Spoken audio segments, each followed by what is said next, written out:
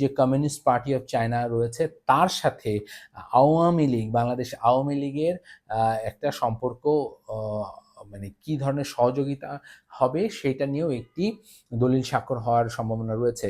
এইটা আমাদের কাছে মনে হয় যে চিন্তার বিষয় রয়েছে। কারণ আপনারা জানেন চীনে যে কমিউনিস্ট পার্টি রয়েছে, চীন সেই কমিউনিস্ট পার্টি দীর্ঘদিন ধরে তার শাসন ব্যবস্থা চালু রেখেছে। সেই পদ্ধতিতে দীর্ঘমেয়াদে ক্ষমতায় রয়েছেন শি জিনপিং।